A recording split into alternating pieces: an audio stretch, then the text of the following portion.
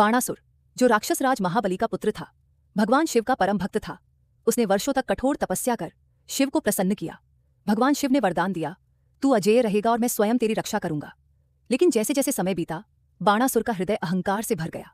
अपनी 1000 भुजाओं के बल पर उसने बड़े बड़े राजाओं और योद्धाओं को पराजित कर दिया। उसके दरबार में विजय के किस्से गूंजते, लेकिन उसका मन अब भी अशांत था। बाणासुर ने भगवान शिव से कहा, प्रभु, अब इस संसार में कोई ऐसा नहीं जो मुझसे युद्ध कर सके। मुझे ऐसा प्रतिद्वंद्वी दीजिए जो मेरी शक्ति की परीक्षा ले सके।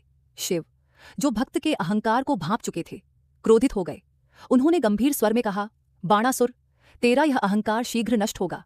तेरी भुजाएं किसी ऐसे के हाथों कटेंगी जो मुझसे भी अधिक सामर्थ्यवान होगा। बाणासुर की पुत्री उषा विनम्र और सुंदर थी। एक रात उसने सपने में एक युवा राजकुमार को देखा और उससे प्रेम कर बैठी। वह राजकुमार और कोई नहीं बल्कि श्रीकृष्ण के पौत्र अनिरुद्ध थे। उषा ने अपनी सखी चित्रलेखा से कहा, मुझे यह राजकुमार चाहिए, वह मेरे सपनों का साथी है। चित्रलेखा ने अपनी सिद्धियों से अनिरुद्ध को बाणासुर के महल में बुला लिया। जब बाणासुर को यह बात पता चली तो उसका क्रोध सागर जैसा उमड़ पड़ा। उसने अनिरुद्ध को बंदी बना लिया और उषा से कहा, तेरा यह विवाह असंभव है। मैं अपने शत्रु के वंशज को स्वीकार नहीं कर सकता। यह समाचार द्वारका पहुंचा। श्रीकृष्ण और बलराम ने अपनी सेना के साथ बाणासुर के महल पर आक्रमण किया। बाणासुर ने अपनी रक्षा के लिए भगवान शिव का आह्वान किया। शिव, जो अपने भक्त की पुकार को कभी अनसुना नहीं करते, युद्ध में कूद पड़े। श्रीकृष्ण और शिव के बीच भीषण युद्ध हुआ। ऐसा प्रतीत होने लगा कि पृथ्वी का अंत निश्चित है।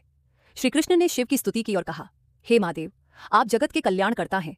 मेरा यह युद्ध धर्म और न्याय के लिए है, कृपया इसमें हस्तक्षेप न करें। शिव श्रीकृष्ण के वचनों से प्रसन्न हुए और पीछे हट गए। अब बाणासुर और श्रीकृष्ण के बीच युद्ध शुरू हुआ। श्रीकृष्ण ने अपने सुदर्शन चक्र से उसकी अतिरिक्त भुजाएं काट दी। बाणासुर, जिसने कभी अपनी शक्ति पर घमंड किया था, अब शिव से क्षमा याचना करने लगा। श्रीकृष्ण ने उसे जीवन दान दिया और कहा, अहंकार तुम्हारे विनाश का कारण बना, अब धर्म के मार्ग पर चलो। बाणासुर ने अपनी भूल मानी और अपनी पुत्री उषा का विवाह अनिरुद्ध से करा दिया। ये कहानी हमें सिखाती है कि भक्ति में अहंकार का कोई स्थान नहीं।